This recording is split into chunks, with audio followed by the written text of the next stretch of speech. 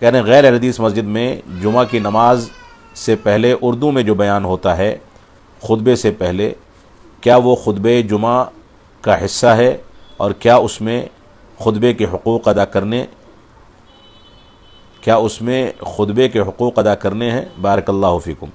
دیکھیں، ان کا سوال ہے اہل الحدیث کا کہ ہمارے احناف بھائیوں کی مسجد میں جمعے کے دن جو خطبہ ہوتا ہے وہ خطبہ نہیں ہوتا، یعنی خطبہ صرف عربی زبان میں ہوتا ہے، اور خطبے اور اذان سے پہلے ایک بیان کے نام سے اردو زبان کا ایک درس ہوتا ہے یا بیان ہوتا ہے۔ جو لوگ اس میں پہنچتے ہیں وہ اس کو سنتے ہیں، اور اکثریت ایسی ہوتی ہے جو اس میں نہیں پہنچتی ہے بلکہ وہ اذان کے وقت ہی پہنچتی ہے۔ تو یہ بیان اس طرح کا کوئی درس جو اذان سے پہلے کہا جاتا ہے، یہ درست نہیں ہے۔ شریعت اسلامیہ سے اس کا کوئی ثبوت نہیں ملتا۔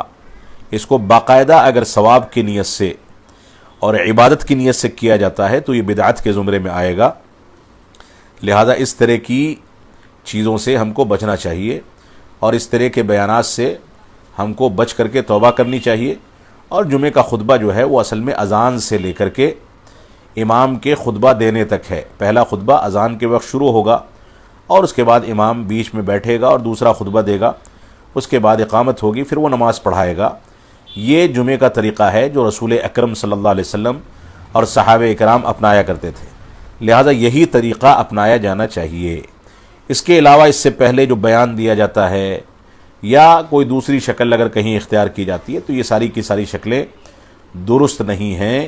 قرآن و سنت اور سلف صالحین سے اس کا کوئی ثبوت نہیں ملتا ہے۔ جمعے کی نماز کا جو خطبہ ہے وہ خطبہ عربی زبان میں دینا اصل میں احناف کے ہاں ضروری ہے۔ اس وجہ سے ان لوگوں نے عوام کے مد نظر اس طرح کا ایک سلسلہ نکالا ہے، جبکہ ایسا کچھ بھی نہیں ہے کہ اردو میں خطبہ نہیں دیا جا سکتا۔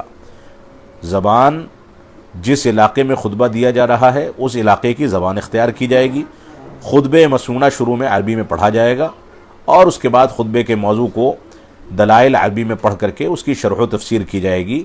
یہ طریقہ صحابہ اکرام اور بعد کے ادوار میں سلف صالحین نے اختیار کیا ہے۔ صحابہ اکرام کیونکہ صرف عربی زبان ہی بولتے تھے اور ان کا حلقہ اثر عربی زبان سے واقف تھا، اس وجہ سے اس دور میں عربی زبان کا خطبہ ہوتا تھا۔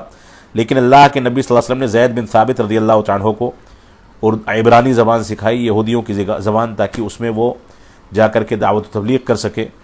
تو خطبہ جمعہ جو ہے یہ دعوت و تبلیغ کا ایک بڑا حصہ ہے، اور اس کے مقصد کی تکمیل جو ہے اس تکمیل کے لیے جو بھی زبان استعمال کی جائے اس زبان کو استعمال کرنا جائز ہوگا۔